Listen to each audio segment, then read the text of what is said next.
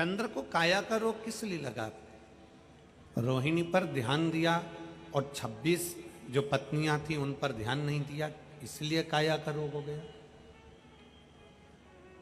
सोमनाथ जी की अगर हम कथा देखें, चंद्रेश्वर महादेव की अगर कथा देखें, तो हमारे मन में आता है कि चंद्र ने अपनी एक धर्म पत्नी रोहिणी पर ध्यान दिया और 26 पर ध्यान नहीं दिया, इसलिए काया का रोग हो गया।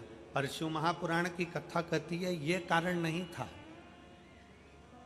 दक्ष प्रजापति ने केवल एक छोटी सी बात के लिए अपने दामाद को श्राप नहीं दिया। कारण केवल यह नहीं है कि 26 पत्नियों पर ध्यान नहीं दिया और एक पत्नी पर ध्यान दिया इसलिए ऐसा शरीर हो गया, ऐसा रोग हो गया। ना ना ना,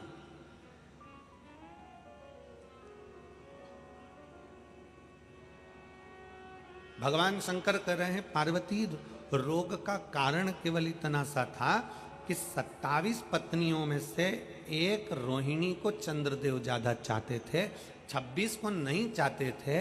कोई बात नहीं, 26 को नहीं चाहते ना, कोई बात नहीं। इसमें श्राप का कोई कारण नहीं बनता, इसमें श्राप देने का कोई कार्य नहीं बनता। फिर पार्वती जी ने पूछा तो फिर इनको श्राप क्यों लगा? मेरी बहन के पति चंद्रदेव को श्राप क्यों लगा? तो भगवान शंकर ने कहा पार्वती, उनको श्राप लगने का कारण केवल इतना सा था, तुम एक पत्नी को चाहो मना नहीं, 26 को तुम ना चाह रहे हो कोई बात नहीं, पर 26 का अपमान तो मत करो। 26 को अपशब्द तो नहीं कहिए, 26 की निंदा तो न करिए। आप अपनी पत्नी को चाहो मना नहीं है, पर बाकी का अपमान तो ना किया जाए।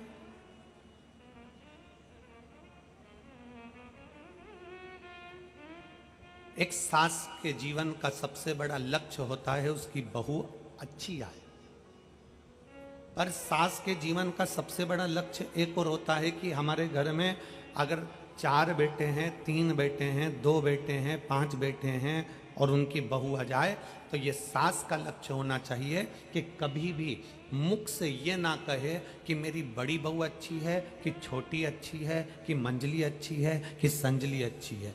अपनी दृष्टि में रखो कि कौन कैसा है, पर अपने मुख से कभी किसी एक बहू को श्रेष्ठ बताते हुए बाकी की बहुओं की बुराई जिंदगी में ना करी जाए, वो हमारे जीवन का दुख का कारण बन जाए,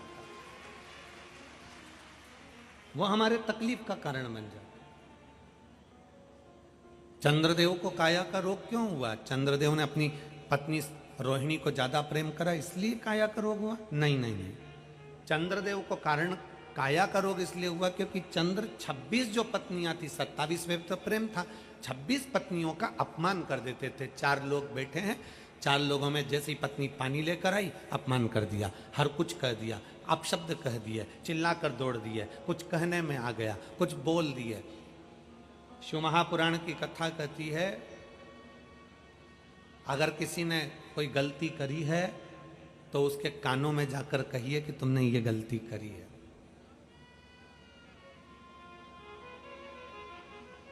और किसी ने कुछ अच्छा करा है तो कानों में जाकर ना कहिए, बल्कि नगाड़ा बजाकर कहिए कि तुमने ये अच्छा किया है, तुमने ये श्रेष्ठ किया। 26 पत्नियां जब पानी लेकर आती, चंद्र तब चिल्लाकर दौड़ते। 26 पत्नियों में से एक पत्नी जब पंखा डोलाती, चंद्र जब चिल्ला के दौड़ते। दुनिया के लोगों ने कहा कि 26 पत्नियों पर ध्यान नहीं दिया इसलिए चंद्र को काया का रोग हुआ। ना ना ना, 26 पत्नियों पर ध्यान नहीं, 26 पत्नी का अपमान करा इसलिए काया का रोग।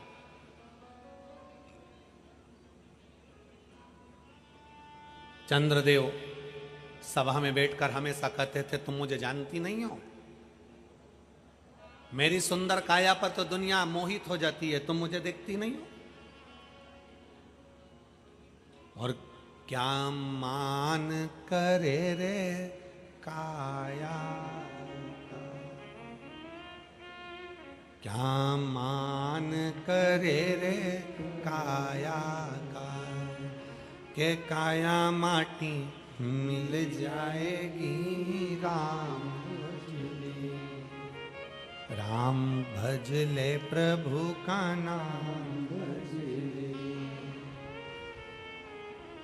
के काया माटी मिल जाएगी राम।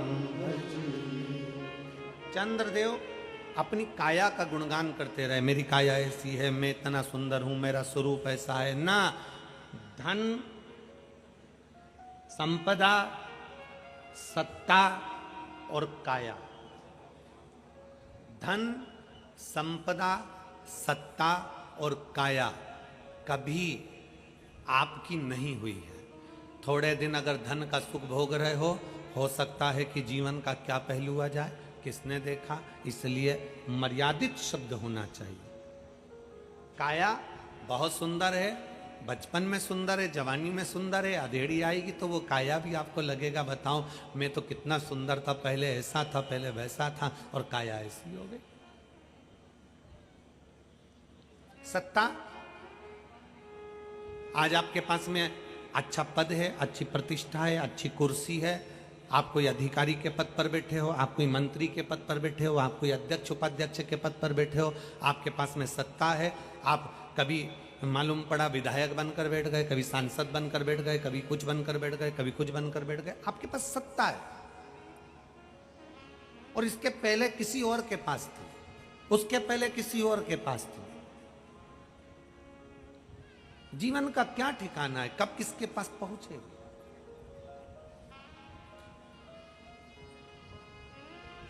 धन, वैभव, सत्ता और यौवन अर्थात अपना शरीर एक जैसा नहीं रहा। कितना सुंदर कहा है, जिंदा रहने के लिए भोजन जरूरी है। जिंदा रहने के लिए जम के बोलो जरा, भोजन